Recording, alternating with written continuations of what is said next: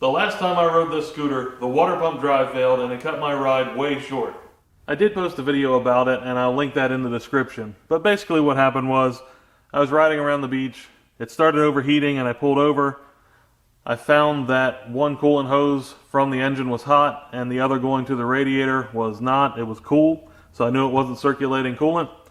When I pulled the water pump housing off, I found that this drive wheel would spin without turning the impeller there, so it wasn't moving any water. And what had happened was, there's supposed to be a pin that goes through here that locks into place with this drive wheel, and that pin had fell out, so naturally there was no water pump drive. That day was the tipping point that led me to decide I'm ready to move on and try an electric water pump. I've always used the mechanical water pump with this scooter, and this is the only liquid cooled conversion I've done. The mechanical water pump does work very well when it works, and that's my problem with them. It works most of the time, but I have had quite a few failures of the mechanical water pump. These water pump setups really aren't that complicated, but on the other hand, there are all sorts of things that can go wrong with them and unfortunately do go wrong with them. So when you look under the drive wheel, there's the drive pin, it goes through the impeller shaft, and obviously when it spins around, then it will spin the impeller. Simple enough. The problem is, it's common for these pins to fall out or to shear off, and either way, you lose the water pump drive. Here's the water pump impeller that I was just using, and it shows a common problem. If you look at this hole here, right at the bottom of the hole, you can see that it has been worn oblong, and that's where that pin goes through. So as that hole gets worn out, whether it's oblong or it just gets slightly larger all around, it makes it even easier for the pin to fall out, and then you're more prone to an issue.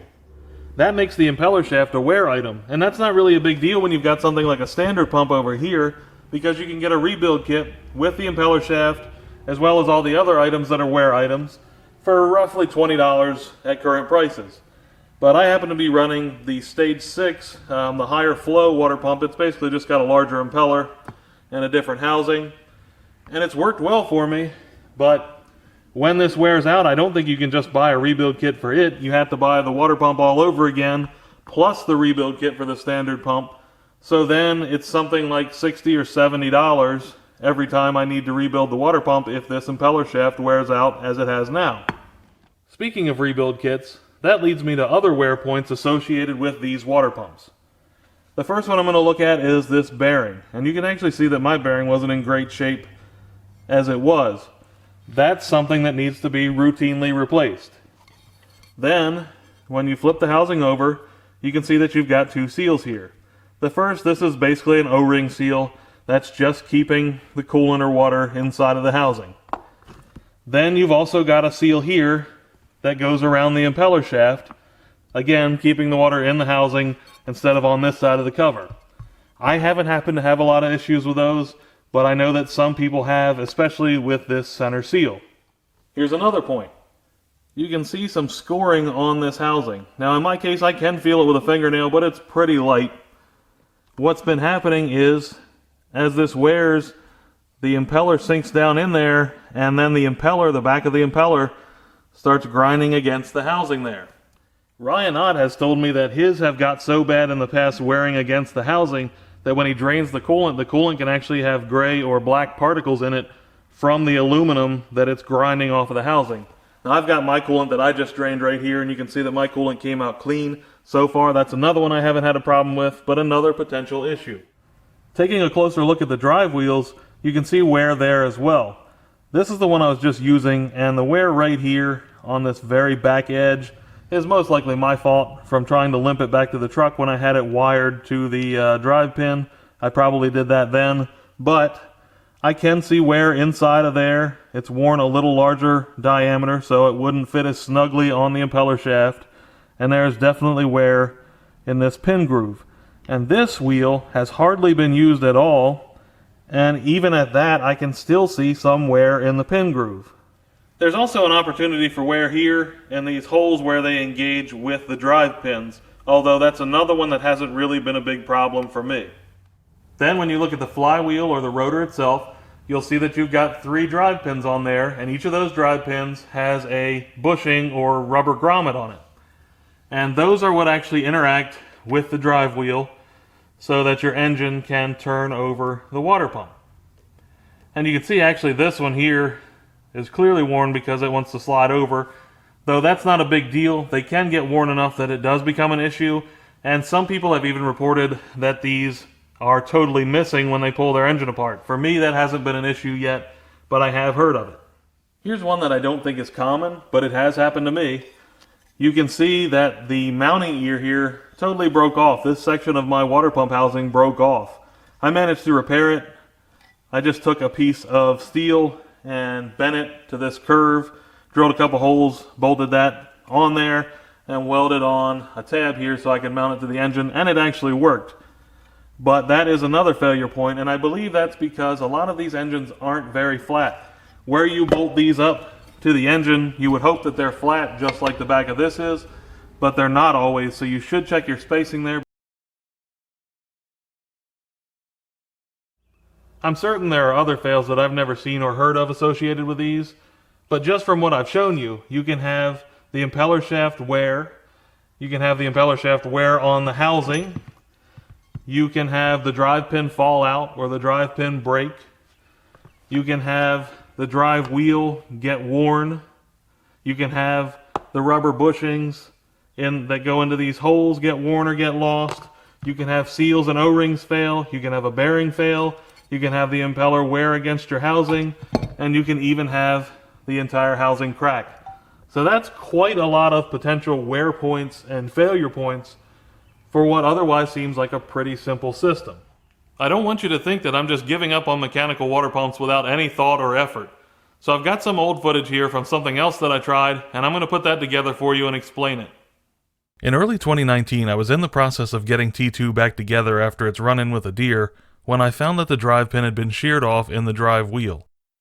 At that point, Ryan Ott told me about a direct drive unit that G-Force Power Sports used to sell. I looked it up and found that they still had a picture of it on their site, even though it was unavailable for purchase. I wasn't very confident in my ability to make my own, but I just happened to have a piece of 1¼ aluminum hex bar around from a pack of random aluminum that I bought, so I thought I might as well try to make a prototype. Getting precise measurements inside of the water pump housing was kinda tricky to me, so I just cut the prototype longer than I knew it needed to be, and then I test fit it and shaved it down until eventually it worked as I intended. Ryan was also interested in trying one, and I figured two people would be better testing them out than just me. The only issue is that he actually has a Yamaha Zuma, and I'm running a Chinese Minarelli clone, and the Zuma cases are a little bit deeper than the clone cases, and the crankshafts also use a different thread.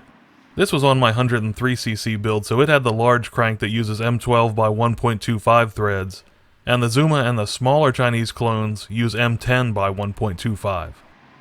I had a set of Zuma cases around to measure, and Ryan also double-checked with a Chinese clone case and a set of Yamaha Zuma cases, and we both found that 26.5mm length should work for the clones, but the Yamahas needed to be about 32.5mm long.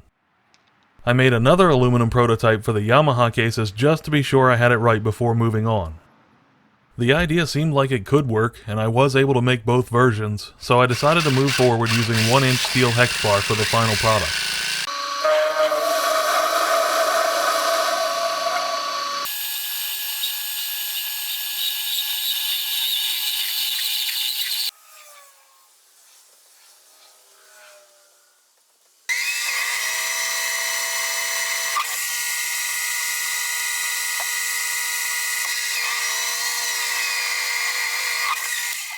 When I made the aluminum versions, I drilled all the way through with an 1/8-inch drill bit to create the slot for the drive pin.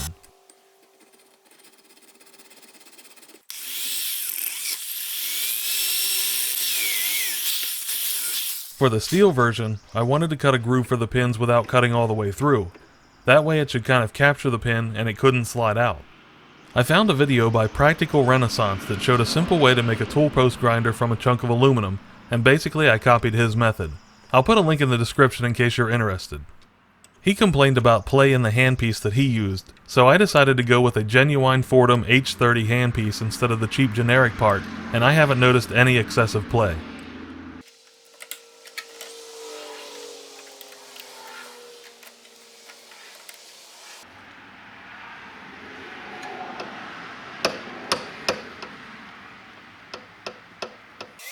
This allowed me to use the lathe to cut a groove for the pin with reasonable precision.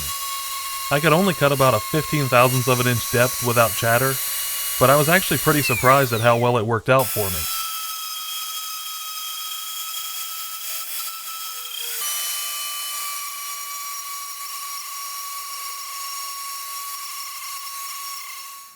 I wanted the groove to be 1/8 of an inch, but I found that bits that were advertised to be 1/8 of an inch turned out to be a little bit smaller. I bought a carbide burr from McMaster Carr that was on spec later, but I finished this one up with a diamond grinding bit to take it all the way up to size. The standard pins that I had measured a little bit shy of 1/8 inch, but I found that my impeller shaft could fit an 1/8 inch pin, so I bought some 1/8 inch titanium rod and cut my own pins. 1/8 inch is only about 7/1000ths of an inch larger than the stock pins, but I figured it couldn't hurt, and maybe the titanium would be a little bit better than the standard steel pins. I tried testing with different water pump setups, and I quickly found that not all impeller shafts would fit 1/8 inch pins. Some needed to be filed. I also learned that not all water pump housings will use the same spacing. Shimming a direct drive adapter may be necessary in some cases. I shipped out Ryan's adapter and began riding with mine. I took a few rides, and everything seemed fine. But then the engine began overheating, and I found the telltale sign of a failed pump when the hose to the cylinder was hot, and the hose to the radiator was cool. Cold. Radiators are completely cold.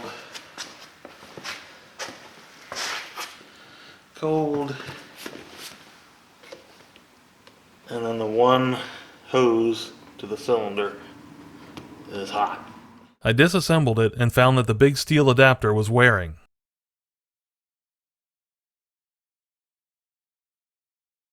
The pin was also worn flat and hard to remove. In addition, the impeller had been pushed into the bearing as far as it could go with the pin in place. This was just before the 2019 May car show, so I went back to the standard pump so I wouldn't miss the show. Later, Ryan tried out his adapter. I was happy to see that it fit well for him from video that he provided. Unfortunately, his setup wore very quickly. Here are some pics from 5 to 10 miles of riding. The consensus seemed to be that the sort of ratcheting action that happens with the drive system is cushioned by the soft parts in the standard drive system, while this is all metal to metal. At that point, I gave up on the direct drive idea. There may be potential for it to work with the proper materials and/or material treatment, but it wasn't worth any more effort to me. I took another look at G-Force's site as I was making this video, and I see that they now have a revised version of the direct drive available again. They've also got a billet water pump drive wheel now, so if you're interested in improving the mechanical drive system, they might be able to help. So after all of that, here I stand holding an electric water pump. And I don't have anything against electric water pumps. I think they're great in some ways. It's just that scooters don't have a very robust charging system, and they don't have huge batteries, so there's not a lot of headroom to put something on there that adds another 1 or 2 amps of draw. And for me, if the mechanical water pump would have worked, and worked reliably, without needing tons of maintenance, then I would probably stick with it. But, especially moving on with the hyper race stuff, and knowing that the high RPM and jumping to such high RPM quickly has got to be tough on the drive system, I think it is just time to move on, and hopefully my charging system can support it. I know a lot of people have said it's no big deal to have an extra battery that just runs the water pump. Some people do the same thing with their headlights with a hyper race kit. I've never wanted that. If I want to go to the beach and I want to ride around for 10 or 12 hours, I don't want to worry that I'm going to run out of battery power. But at this point, I think that is a safer bet than worrying that my water pump drive fails or something like that. And the other thing that I don't think I ever got around to mentioning in the TPR 86cc build series about this scooter is that since I have ran the Melosi MHR big bore exhaust and the RPM is pretty much 10,000 RPM even if I'm just cruising around kind of slow, my charging system is pretty much always somewhere above 14 volts. Unfortunately, it still overcharges, which I'm not really that happy about, but I haven't bothered to try a bunch of different regulators, rectifiers, or anything yet. but it does seem to have some excess power, and when I was at the beach last time riding around with the headlight on all day, I noticed that even cruising around 30 miles per hour, I was still seeing 14 volts. So that gives me some hope that I'll be okay adding roughly 1 amp with an electric water pump. Here's a look at the pump that I chose. This is a Bosch water pump. Cost me about $60. I'll make sure I put this part number here in the description, maybe a link in the description. And I wanted to make sure that I got a quality pump. You can find a Chinese pump very similar to this that actually comes with a mount as well as a pigtail to wire it up, make it easy. They're about $20 when I looked, but I do not trust a Chinese pump that much. It might be great, but considering my whole issue here is trying to get a very reliable setup if possible, I don't want to have to worry about it. I thought that buying an actual Bosch pump was the way to go. This is a PAD or PAD 12 volt pump. And you can see that this thing is very compact, so it shouldn't be too hard to find a spot to mount it. The inlet and outlet use about 18 millimeter hoses. Now in my case, my scooter runs 5/8 inch or 16 millimeter hoses, but I found that they will fit over there just doing a quick test fit. So it shouldn't be an issue there. You can clamp around here in order to mount it. And it has positive and negative clearly marked on the back of it. This style of water pump is commonly used as an auxiliary water pump or as an HVAC pump to move coolant through the heater core and the rest of the heating system. And that's in automobiles like Mercedes-Benz and Audi, I know for sure. I've seen some applications with those. I'm certain there are a lot of others, but I know that I was looking around on eBay, so if you were willing to buy used, I've actually seen this exact pump from one of those models that had the pigtail included with it, and some of them even had the bracket with a mount and everything for less money than I paid for the pump. I only bought new because I just really wanted to minimize my risk of having issues in the future. This is the connector that I got to go along with the pump, and it is a fog light connector for a lot of Volkswagen models, and it has a code associated with it that's 1J09737722. And if you type that in, it's pretty easy to find that style of connector with wires attached. So I looked it over, and to lock into place, this little sort of tab here has to lock in with a square here. Actually, there's another plastic piece underneath this top piece with a square in it. And when I press it in, I see that I'm getting super close to it, but I just can't push it hard enough to get those to latch in. So what I found was there's a little clip in here. It's a purple clip that covers an orange seal. And I had to take that out of there. As you can see, you just kind of push it out with a screwdriver.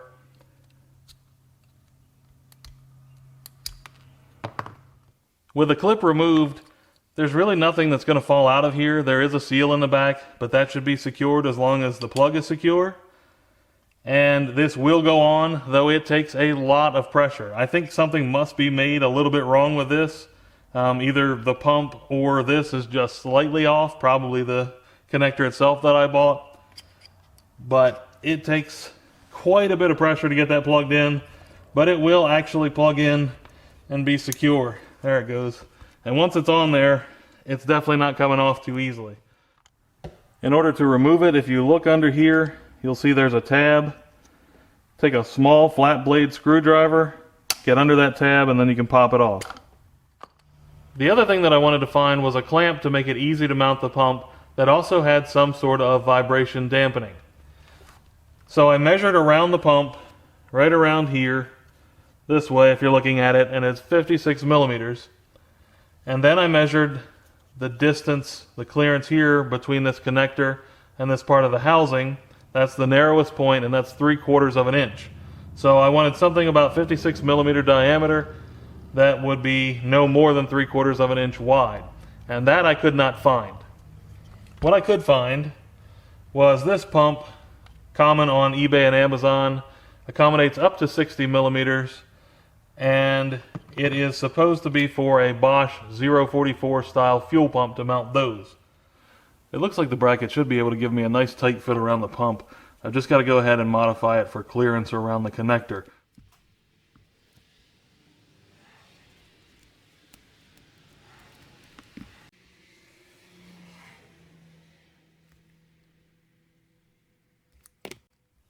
I think that may work, but I'm also going to need to trim this side of the rubber. That way I can get the clamp itself up there closer to where I want it on the pump.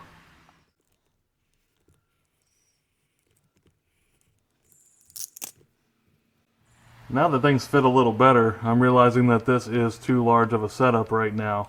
I think before it looked like it was good because I had rubber overlapping some of these larger areas, but now that I don't, I can have that squeezed all the way together and it doesn't really put much pressure on there. So hopefully this larger one will be able to work. I'm not sure, it may be too thick. I've messed around with this for a while now, and getting this pump in there with this thick piece of rubber just isn't happening. And then of course this one is too thin. So I've got one that's too thick and one that's too thin, and I really need something in the middle. I don't have anything around. The only thing I can think of would be to try to shave this down a little, and I don't think that would go very well. But I'm kind of running out of options at this point.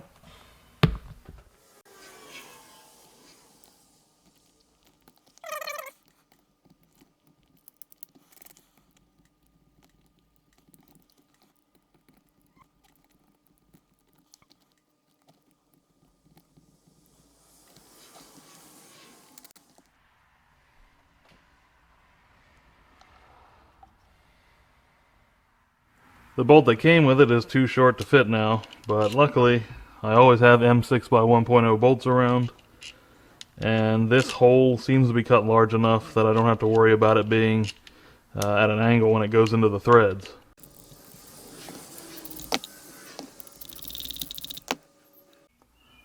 This won't be the prettiest installation you've ever seen, but it's definitely not going anywhere, so it should work. The only question I have is, will this fit? Is there enough clearance? And that is a no. It looks like the only thing that hits is this very top section here. I don't think it's even hitting across here, just the very top. So I could go and take this back out of there and clearance it here, or in just a few seconds I could knock that top back just a little bit, just enough to get it to clip. So I'm going to go with trying to back that off, grind just a tiny bit off of here, and see if I can make it work that way.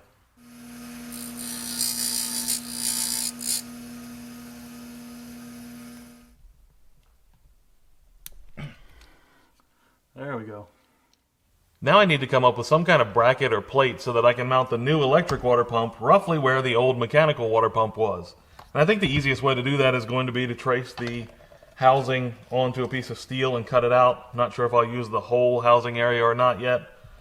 I was going to go with 16 gauge steel, so it's pretty light, but I'm afraid that that may flex. I really don't want this to flex and bend. So I've got a sheet of 90 thousandths thick steel here. I would have used aluminum, but I don't have any around, but this should work fine.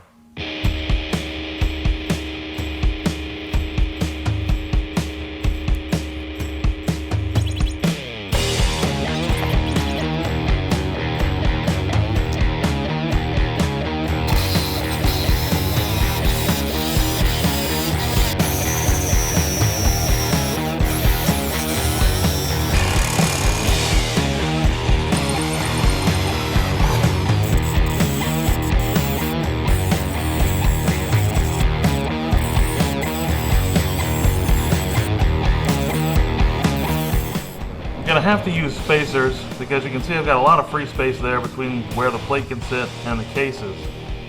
And that is because if you look at this water pump housing, you can see that everything is recessed quite a bit relative to where it would actually meet up with a case. Even with it spaced out though, you can see that the crank is still touching the plate, and I don't want to keep spacing this out further and further. So what I'm going to try and do is to drill this plate where the crank would make contact with it to give it a little extra room.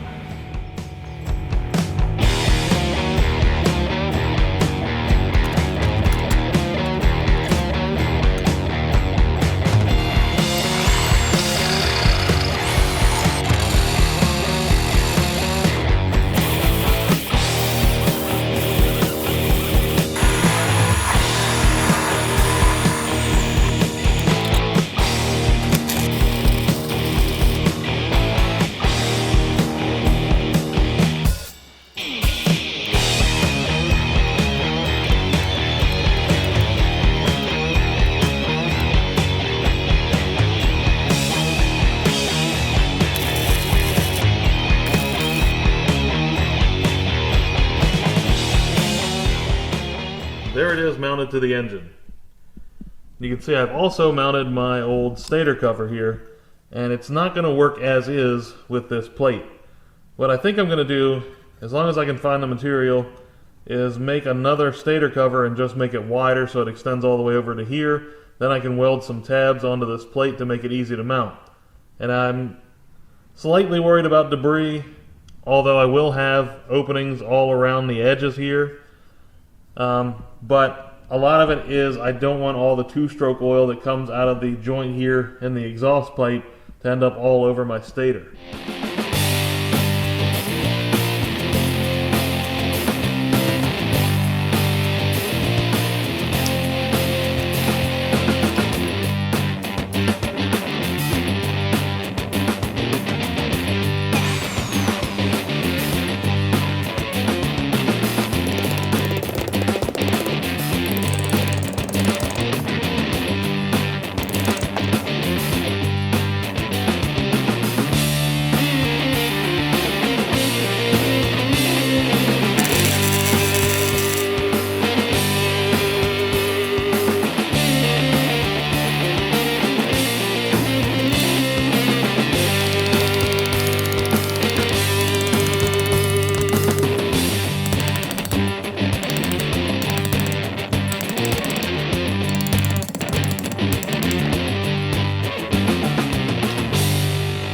Here's the mostly finished product with a front cover.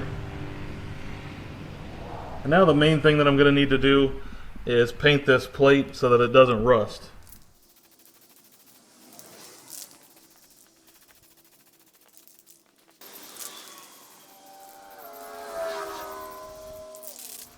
I'm going to use some 320 grit, 400 grit, and 600 grit sandpaper along with some aluminum polish and see if I can put a little bit better finish on this plate. Not worried about it being perfect.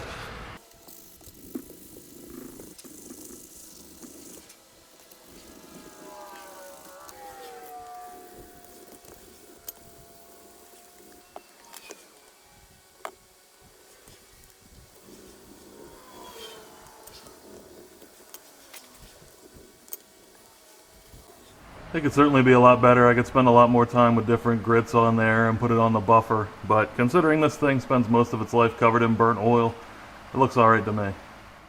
While I'm waiting for the paint to dry, I'm going to do some wiring. And I've already got a fuse block on this scooter, and I have a couple of relays on here. I don't really want to add another relay. I've got 2 extra spots in my fuse block.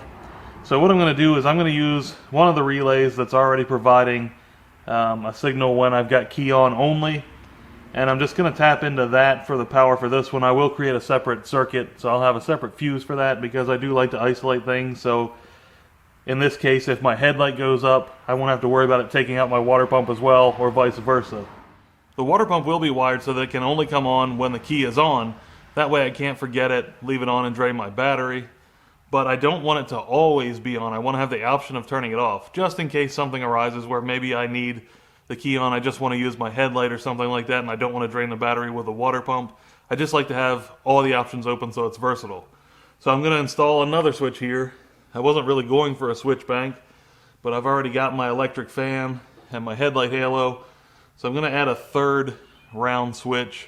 This one is actually meant to have one power source, and it can either switch 1 or 2, so I can switch to 2 different things from the same power source. But either way, if I don't connect something to the other power source, it just works like a simple on-off switch.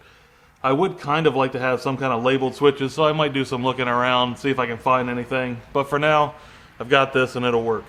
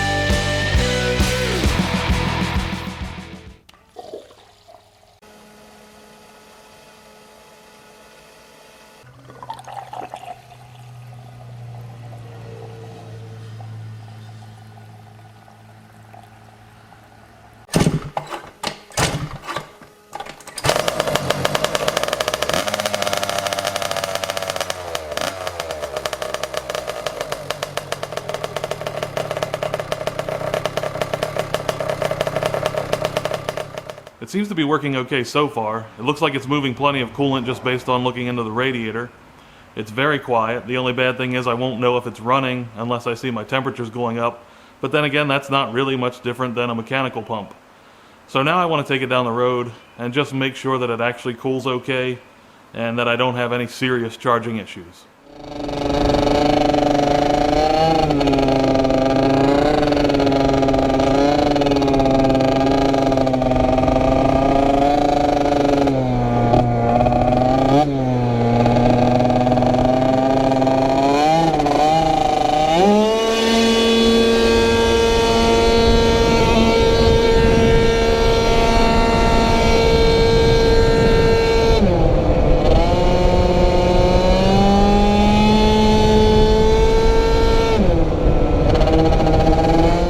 My ride was about 20 miles and I came home with the battery at 12.9 volts. So it's actually maintaining itself okay, but when I go very slow, like in town, I can't have the headlight on and have the water pump on and still have it charge.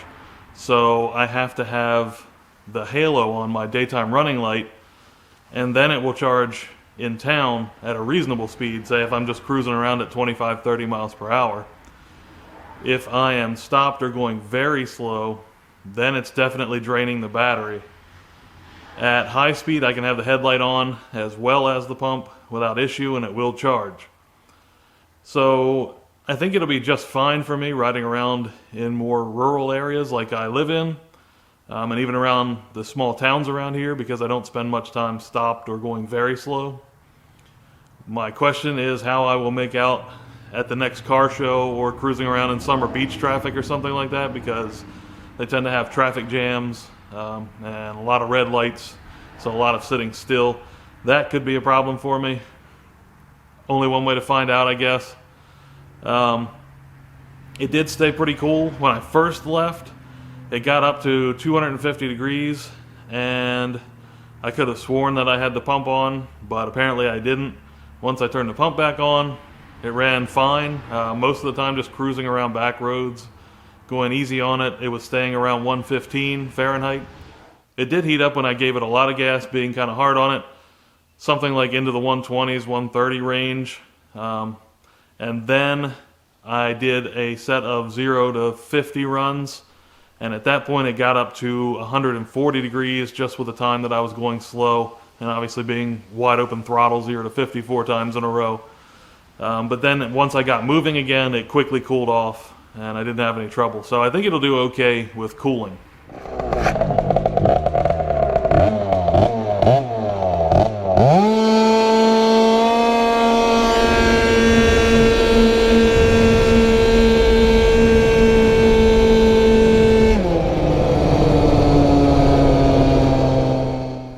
After checking the video and averaging the times, 0 to 30 was 3.5 seconds, 0 to 40 was 5.2 seconds, and 0 to 50 miles per hour was 7.9 seconds.